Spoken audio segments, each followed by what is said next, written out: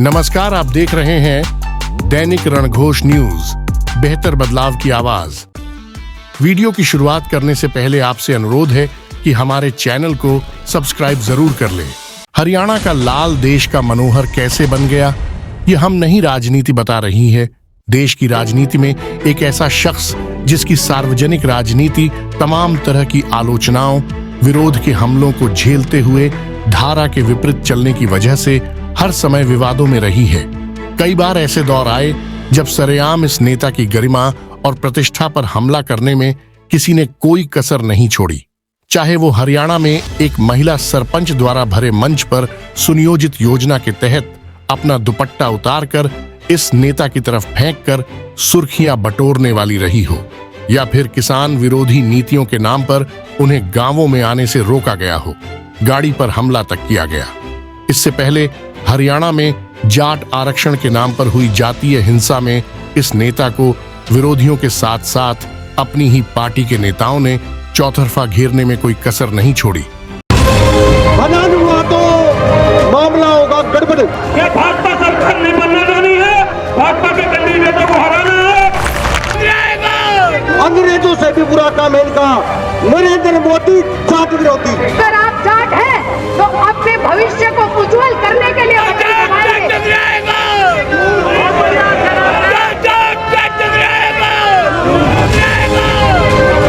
उसे मानसिक तौर पर तोड़ने में सभी तरह के हथकंडे अपनाए ताकि ये राजनीति से संन्यास लेकर उनका रास्ता साफ कर दे।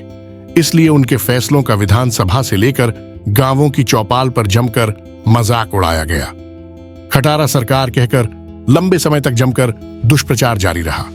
इस नेता के राजनीति जीवन पर लगातार हमला 2014 से शुरू होकर 2024 के विधानसभा चुनाव तक चलता रहा। इस दौरान ऐसी एक नहीं अनेक घटनाएं और माहौल बनाया गया ताकि प्रदेश की जनता लोकसभा की तरह इस बार के विधानसभा चुनाव में इस शख्स के नाम पर पूरी तरह गुमराह होकर विरोधियों के छिपे एजेंडों को पूरा कर दे। चुनाव प्रचार में भी इस नेता की छवि को मीडिया के सभी प्लेटफॉर्म पर खलनायक की तरह दिखाया गया। उनके लिए गए फैसलों को भी पलटा गया। इस नेता को काफी हद तक प्रचार प्रसार से भी दूर रखा गया। 8 अक्टूबर को जब नतीजे आए और हार जीत की समीक्षा हुई तो यह शख्स देखते ही देखते इस पूरे चुनाव में जीत का महानायक बनकर सामने आ गया। हम बात कर रहे हैं हरियाणा में 9.5 साल मुख्यमंत्री रहे और वर्तमान में केंद्रीय ऊर्जा और शहरी विकास मंत्री मनोहर लाल की। 70 साल के इस नेता ने अपनी कमाल की राजनीति से न केवल अपने प्रधानमंत्री नरेंद्र मोदी के भरोसे को चट्टान की तरह मजबूत रखा। मनोहर लाल जी और मैं बहुत पुराने साथी हैं। मनोहर लाल जी के पास एक मोटरसाइकिल रहती थी, तो वो मोटरसाइकिल चलाते थे, मैं पीछे बैठता था। हमारा लगातार हरियाणा का भ्रमण मोटरसाइकिल पे हो। साथ ही भाजपा के मुख्य नीतिकार केंद्रीय गृह मंत्री अमित शाह का भी दिल जीत लिया। आज मैं जब आया हूं तब यहां से हमारे प्रत्याशी मनोहर लाल खट्टर जी के लिए आशीर्वाद मांगने के लिए आया हूं। ये मनोहर लाल जी 10 साल तक हरियाणा के मुख्यमंत्री रहे, हरियाणा की सेवा की, और अब पार्टी ने तय किया है कि वो दिल्ली में देश और भाजपा की सेवा करने का काम। और हमारे मनोहर जी ने तो कोई क्रॉप छोड़ा नहीं। भावांतर योजना के तहत सारे के सारे क्रॉप को मनोहर जी ने किसान को MSP देने का काम मनोहर लाल।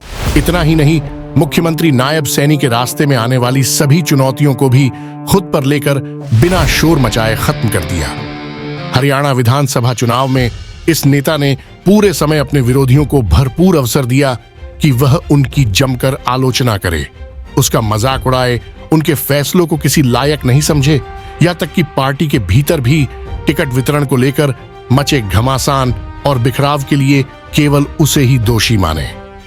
8 अक्टूबर नतीजों के दिन सुबह 10 बजे तक मनोहर लाल हरियाणा में भाजपा के सबसे बड़े खलनायक नजर आ रहे थे। शाम होते ही भाजपा की हैट्रिक जीत का ऐलान हुआ तो यही शख्स चुनाव का सबसे बड़ा महानायक बन गया। विरोधी अपनी हार की जड़ तक पहुंचे तो उन्हें मनोहर लाल नजर आया। भाजपा हाईकमान ने जब समीक्षा की तो यहां भी जीत का सूत्रधार मनोहर लाल मिले। इतना ही नहीं, झारखंड और महाराष्ट्र के चुनाव में भी अब हरियाणा विकास मॉडल की जमकर सराहना हुई। कांग्रेस ने अपने पूरे चुनाव प्रचार में मनोहर लाल की पोर्टल व्यवस्था और नो पर्ची नो खर्ची से नौकरी देने की कार्यप्रणाली को खत्म करने का दावा किया, जो उनके लिए ही उल्टा पड़ गया। हरियाणा में 1.5 लाख से ज्यादा ऐसे युवाओं को नौकरी मिली जिसमें अधिकांश बेहद जरूरतमंद परिवार से संबंध रखते थे। प्रधानमंत्री नरेंद्र मोदी ने भी अपने भाषण में नो खर्ची नो पर्ची के मनोहर सिस्टम की जमकर सराहना की। हरियाणा में भाजपा को हर लिहाज से मजबूत करने के बाद यह नेता अब अपने मंत्रालय की तमाम जन कल्याणकारी नीतियों को समाज के अंतिम व्यक्ति तक पहुंचाने को लेकर उत्तर भारत के 1 दर्जन से ज्यादा राज्यों का दौरा कर चुका है। उनकी इस पहल की पंजाब, हिमाचल प्रदेश में बनी भाजपा विरोधी पार्टी की सरकारों के मुखिया भी जमकर सराहना कर रहे हैं। कुल मिलाकर हरियाणा का यह लाल देखते ही देखते अब वर्तमान में कैसे देश का मनोहर बनता जा रहा है, यह हम नहीं कह रहे, खुद राजनीति बता रही है।